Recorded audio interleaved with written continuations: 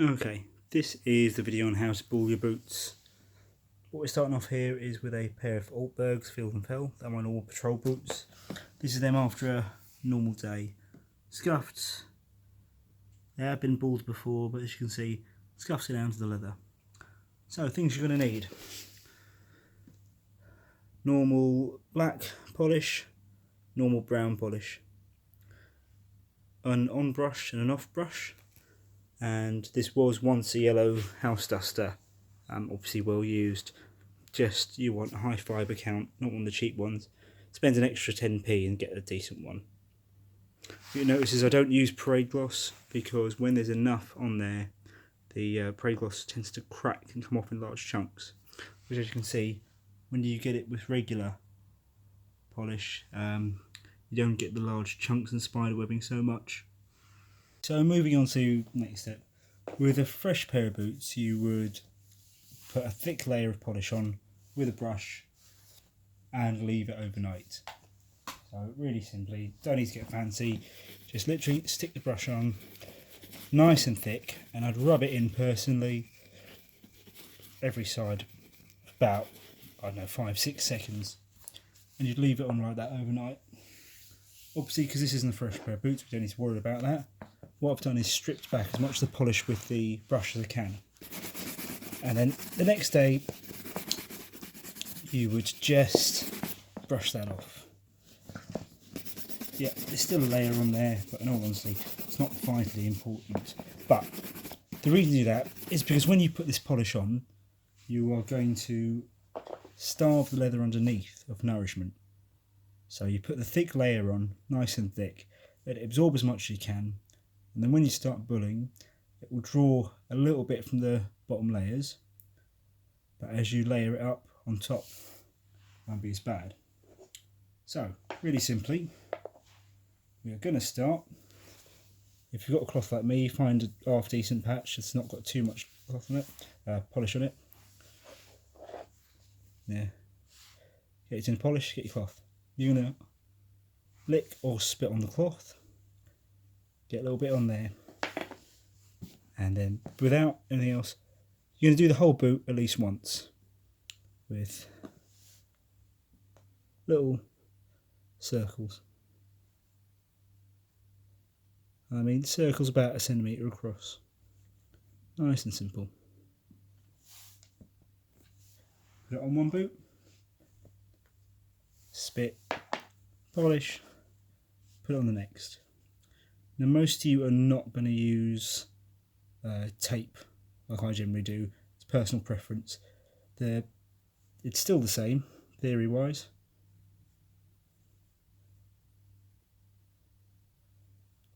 Just do the toe cap.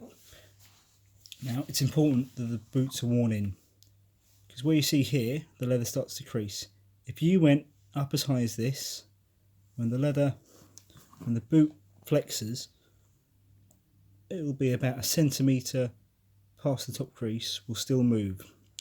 If you're bulling the boot, it's going to cause that much leather to crease, and then the polish along here is going to crack and come off in chunks, regardless of which type of polish you use. So, you stop about 1 centimetre below the actual crease in your leather. Okay, so you do boot 1, called left boot 1, and you put it on boot 2. Then very simply, take it off boot 1. Same thing, little circles, just like that. I generally work systematically top to bottom or left to right, doesn't matter which, as long as you have a system, which means the polish is spread evenly. In the early stages, you're going to go over it twice, so you'll still see it smeary. Then, take your brown polish. Once again, make sure the cloth is wet.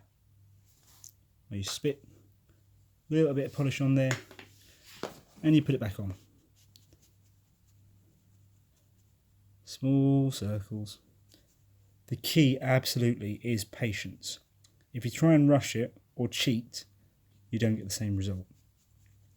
Reason I use brown is because it's lighter and it's got a slightly higher wax content. So you put that on. So boot 1, you put polish on, taking it off and put on the layer of brown. Boot 2, very simply, and do the same. Take it off, small circles. In early stages, I would go over it twice when you're taking it off. Just top to bottom. Then we're going to put the brown on. Brown, wet the cloth a little bit. Now don't go over the top when you're putting the polish on. You just want a little bit, a couple of circles. You're going to put it on.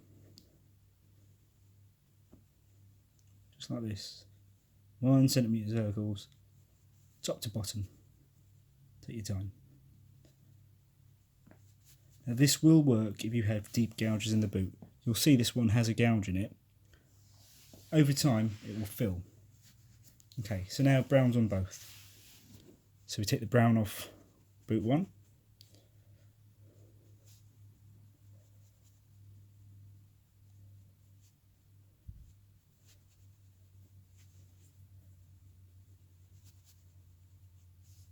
And put black on boot 1.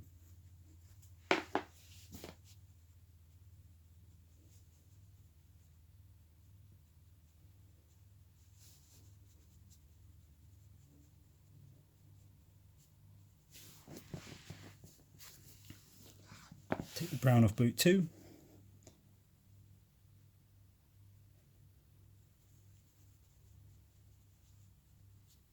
Put the black on boot 2. Again, licking the cloth every time. Or if you don't like licking the cloth, it's fine. Fill the tin of the polish with a little bit of water. Warm is better from temperature. And dip it in that every time. Now, as you're doing it, you should end up with a little bit of moisture on the polish. It is important to keep adding that moisture as you go. So as you see, you put it on, you put it on. Take it off, put it on. Take it off, put it on. That allows the polish a little bit of time to mist up and dry after each application before you take it off. Now you can put it on, take it off, put it on, take it off, put it on, take it off, put it on, take it off, put it on, take it off. It somehow takes longer. I don't know the science behind it, it just does. So put it on, put it on, take it off, put it on, take it off, put it on. Allow a couple of minutes in between each one. As you see here, I've done my personal preference, which is apply some masking tape. So when you're finished, you have a nice line across there. Not everyone's taste. You absolutely don't have to. However, if you are going to use masking tape, don't do it along the line of the boot because it will go wonky. The boots are angled. Do it across the line, level with the bottom lace. So parallel to that bottom lace. And so when you, because otherwise if you do it with the angle of the boot, you'll end up that way. And it will look wonky when you're walking. So if it's parallel with the lace, that's the front of your foot, you'll get it. So when you stand on parade, or if you do parade or stand to attention, then the lines will be as one single line running across both. Okay, so what we've done, put on 2 or 3 layers. I will come back after about 20, and this isn't a quick process, so we'll see how we go at 20. Okay, we've got 20 layers on here now. So as you can see, there's a decent bit of shine on there. You can still see the grain of the leather coming through. Now, just an example of 20 layers in, this is roughly what you should be looking at. Generally you'll have either a very deep gloss on the leather, you'll start to see that layer building up now. You're actually starting to polish on the polish itself rather than polish on the leather. Now it's looking quite good. A lot of people are quite happy to stop there, which is fair enough, but we're building to mirror finish. So it is very simply a repetition of layer off, layer on, boot 2, layer off, layer on. Okay, we'll come back at, let's say, about 60 and see how we're looking. Okay, a little bit of problem solving here. Every now and then when you've got a deep gouge, you might get something like this, which is, I don't know, I guess I'll call it a hot spot. no matter how much you're polishing, you seem to be grading away more than you actually are putting polish on. So you'll get some nice edges there. You have this one spot that doesn't seem to polish. What's actually happening is the dry polish is coming out as you're putting the new polish on. And you don't panic, don't try and over polish one spot, it's a massive error. What you just do is give it 5 minutes, let the polish you've put on settle, and basically like mortar on bricks, let it get there, give it 5, and then start again. No need to rush, don't need any of this. Okay, so with the last layer, you put it on very sparingly. You actually don't need a lot once you get to this stage. It's like water, oil and ice. It goes a long way because you're just polishing over a relatively smooth surface. Just the finishing touches. Now get your cloth as polish free as you can and as wet as you can get it. Just wipe off any residue you got, and then in those tiniest circles you can physically manage, just take that polish off. Now I recommend your last layer you put on in super tiny circles, like tiny as you can physically manage.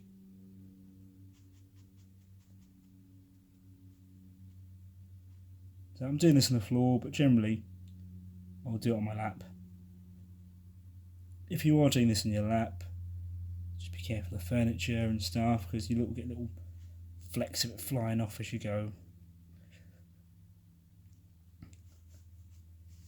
Okay, so I've taken off that layer. You can see it's getting pretty good. So wet that cloth again and tiny circles.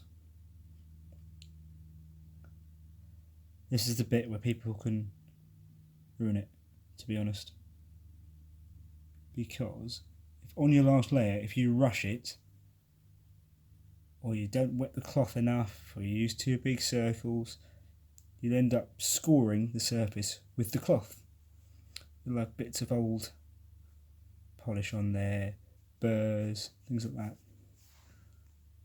Cloth again.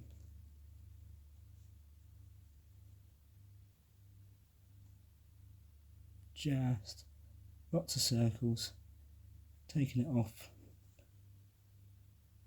little circles. You will 100% get a finger cramp through this. This is why one of the things I didn't mention earlier is you probably need an important bit of kit is some alcohol and a film. Now I have to wait until my kids are asleep to do this because I will not get the hour I need to do it. Sometimes if I'm doing jobs for other people and they're brand new boots, take me a couple hours. Tiny circles at the end if you want that really good finish. Don't get me wrong, you could do big circles now. It still look a hell of a lot better than most other people's boots. However, if you really want that deep glisten, that mirror finish, the last couple of layers in smaller and smaller circles, and then this last layer in the tiniest ones you can manage.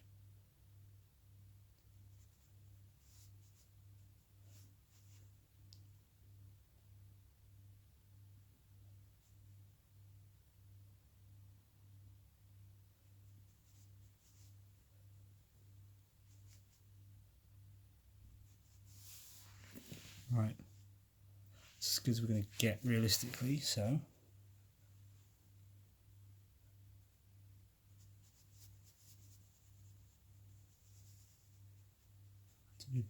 take the pressure off, don't put the pressure on as much, and you're done. There is your mirror finish ball boot. Done. Imperfections on the top. If you've got a very fine boot polishing cloth, you can take those off with a bit of buffing. But by and large, it's as good as you're going to get for a working boot. Now, I know some people will finish off with cotton wool, something like that. But see, this is good enough for me. there you have it.